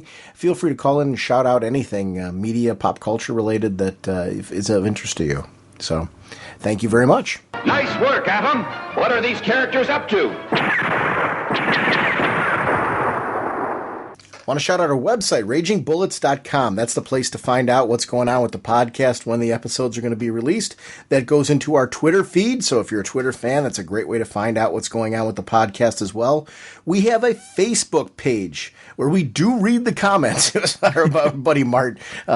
It's funny, with my schedule, I don't always get a chance to comment on the comments, but I try to read everything there. I try to glance over and read as much as I can in the Facebook group, just to keep in touch with what people are talking about, because it's really important for me to hear what's going on with our friends and listening audience. So it is something very cool over on our We have a Facebook group and a Facebook fan page. The group is a wonderful community of people who are fans of pop culture and love sharing things that are going on. People have blogs, podcasts, like to post there. There's Jeremy's always got a discussion going on, actually a live Google Hangouts going, discussing the various television programs that are going on that you can join up with, wonderful groups of people that do the Hangout chats. So it's neat to see those still going on.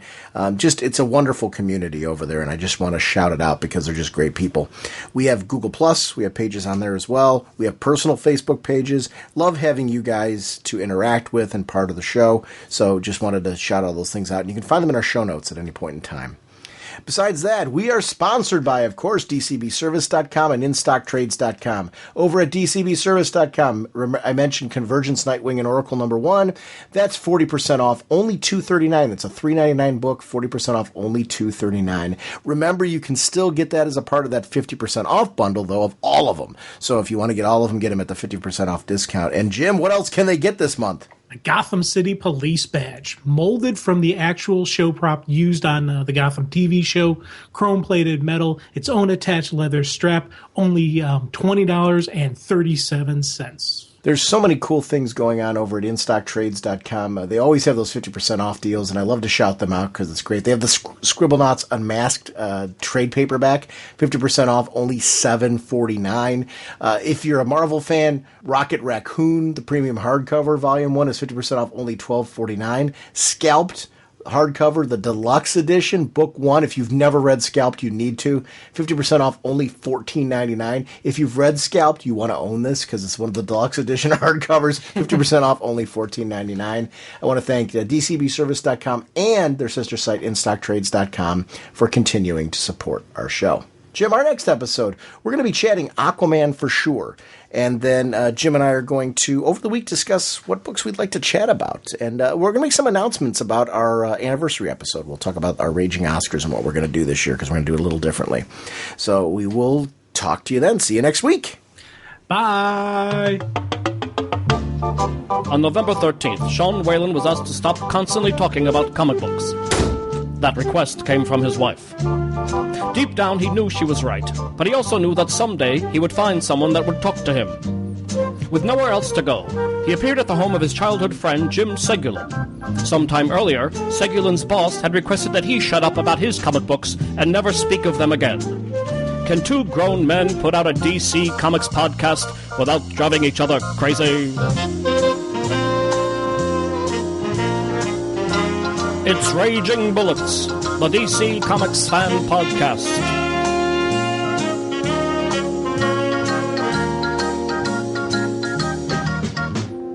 With Sean Whalen as Dr. Norge, and Jim Segulin as the Sensei of the Whatnot and the Duke of You Know.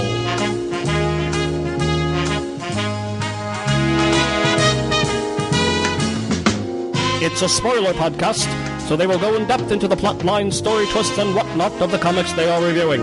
So if you haven't read the books, you may want to come back later so you may better enjoy the show.